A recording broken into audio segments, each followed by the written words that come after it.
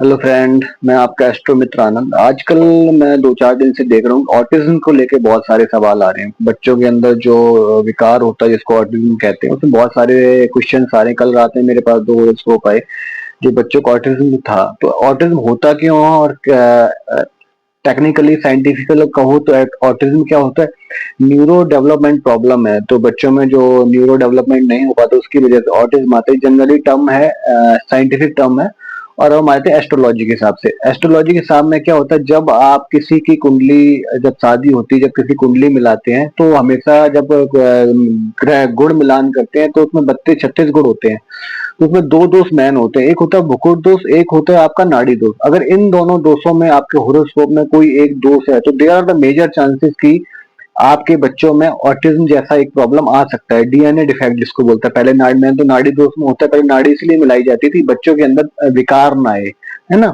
दूसरा क्या होता है, ये डीएनए से भी आता है। अगर मदर या फादर के डीएनए में कुछ ऐसा इश्यूज है तो आपके उसमें आ जाएगा। तीसरा क्या होता है, मैं एस्ट्रोलॉजी की बात कर लेता हूँ। अगर किसी की मदर या फादर की पत्रिका में पितृ दोष है, और पितृ दोष भी है, लग्न भी पीड़ित है मदर या फादर का, तो और पंचम भाव भी पीड़ित है। तीन तीन सिम्टम्स हैं, पितृदोष, पंचम भाव और लग्न, तीनों अगर कहीं ना कहीं से पीड़ित हो रहे हैं तो there are the major chances, बहुत ज्यादा चांसेस हैं कि बच्चों में ये ऑटिज्म जैसा इश्यू आ जाए। तो आज एक आप लोगों के साथ पत्र का एक बच्चे की शेयर करूंगा कि ऑटिज्म है उस बच्चे को और वो कैसे क्यों है और कैसे, सारा बताता हूँ।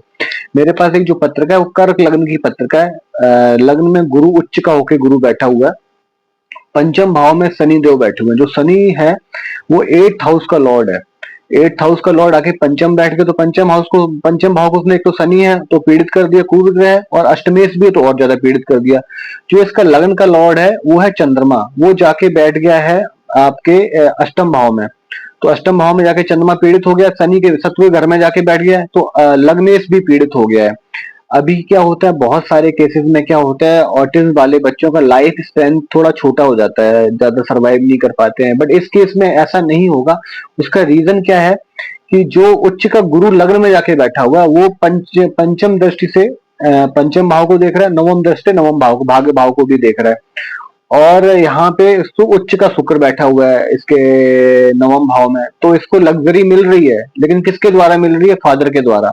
ये बच्चा जब तक रहेगा इसको बहुत सारी लग्जरी मिलती रहेगी, लेकिन मिलेगी किसके द्वारा? इसके फादर के द्वारा मिलेगी। अपनी लग्जरी इसकी नहीं होगी। केतु जाके वहां बैठे, डिटैचमेंट के कारक है। फादर से बहुत ज्यादा सुख नहीं मिलेगा। उसका रीजन क्या है कि बच्चा इतना ज्यादा डेवलप ही नहीं हो पाएगा कि फादर का, पिता का सुख ज्यादा जान पाए। ये सारी प्रॉब्लम्स होती हैं। ये जो पत्रिका है, जिस बच्चे की पत्रिका, इसकी फैमिली को बहुत अच्छे से जानता हूँ। इसकी मदर को भी पत्रिका मेरे पास, इसके फादर की पत्रिका मेरे पास है। फादर के क्या है, जो लग्नेश है गुरु है, नीच का होकर सेकंड हाउस में जाके बैठ गया, तो उनका लग्न भी पीड़ित हो गया। उनके उनके पंचम हाउस में पितृ दोष है।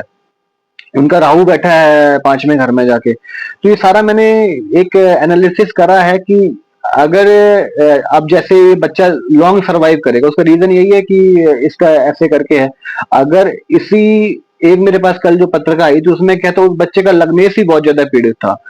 ठीक है, लग्न नीच का होके बैठा हुआ था, लग्न भी पीड़ित था, किसी शुभ ग्रह से दृष्टि भी नहीं था। तो वो बच्चे का जो लाइफ स्पैन है बहुत छोटा है।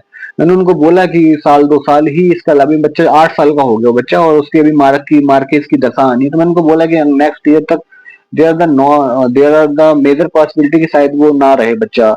इस बच्चे के साथ ऐसा नहीं हो कि बच्चा लॉन्ग टर्म तक सर्वाइव करेगा, बहुत लंबा जीवन जिएगा। तो ये सारा है। तो ये ऑटिज्म को लेके आपको अगर बचना है तो शादी टाइम पे क्या करना है, पत्रिका विशेष रूप से मिलानी है। पितृदोष का अगर निर्माण हो रहा है तो शादी के पहले या बच्चा होने के पहले आप पितृदोष की शांति, पितृदोष की पूजा जरूर कराओ। तो उससे क्या होगा, जो विकार आने आपके पंचम भाव के, हमारे प्रारब्ध है ना कि हमने कुछ खराब करा। पितृदोष का भी क्या है, पुरखे नाराज है, पितृ नाराज है, तो वहां से इशू आ रहा है। तो ये चीजें मैनेज हो सकती है, बहुत हद तक मैनेज हो सकती है अगर आप लोग समझदारी से काम करो। कि पहले पत्रिका क्यों मिला, इसका रीजन यही था। पत्रिका मिलाने का कारण यही था कि भाई ये बच्चों में विकार ना आए, मैरिड लाइफ अच्छी चले। आजकल मैरिड लाइफ में इतने सारे इशू क्यों आ रहे हैं? पत्रिका नहीं मिलती है तो ऐसे ही मिलवा लेते हैं कि चलो ठीक है, निप जाएगा, हो जाएगा। तो ये सारी प्रॉब्लम है। अभी कुछ और भी मेरे पास केसेस आएंगे तो मैं जरूर शेयर करूंगा। स्वस्थ रहें, मस्त रहें। धन्यवाद।